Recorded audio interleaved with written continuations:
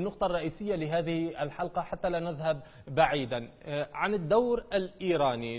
نيويورك تايمز، صحيفة نيويورك تايمز وغيرها من الصحف الأمريكية تحدثت وعنونت بأن إيران هي من يقود العمليات العسكرية الآن في العراق في الفلوجة تحديدا. ما رأيه؟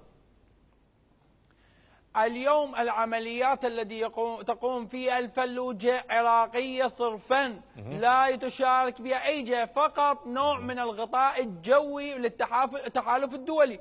ولكن أنا أقول اليوم وإذا صح الخبر بأن إيران هي من تشارك في تحرير الفلوجة، ألم تكن إيران في هذه المشاركة يكون بأن تشارك إيران والدول العربية والدول التي تدعي بالعروبة تجلس وتلتهي في الملاهي والنوادي الليلية وحتى من السياسيين، وتأتي إيران بأن تشارك؟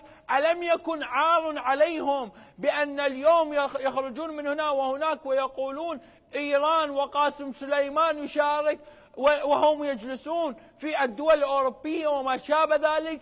ألم يكن أفضل من إيران بأن تأتي هذه الدول وتقول بأن نحن في الوطن العربي ونرى العراق اليوم مهدد، العراق على حافة الهوية، بأن لماذا لم نرى سيد باسل لماذا لم نرى هذه الشجاعة الإيرانية وشجاعة السيد قاسم سليماني في فلسطين تحديدا؟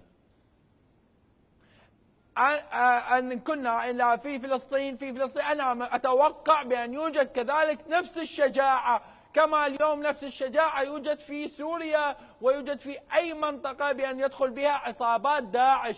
ولكن أنا أقول لماذا هذه التصريحات من هنا وهناك تظهر؟ لماذا أن يكون الأجدر والأفضل بأن تدخل كل من يصرح بأن يأتي بدلا عن قاسم سليمان وعن إيران ويتدخل؟ ولكن أقول لا، إن جميع الدول العربية البعض لا نقول الجميع، البعض الدول العربية هي عبارة عن عملاء إلى إسرائيل وأمريكا، عبارة عن مرتزقة إلى هذه الدول. وإيران التي لم تضرب ضربة في إسرائيل، ما هي علاقتها بإسرائيل أصلا؟ سأعود إليك سيد باسل.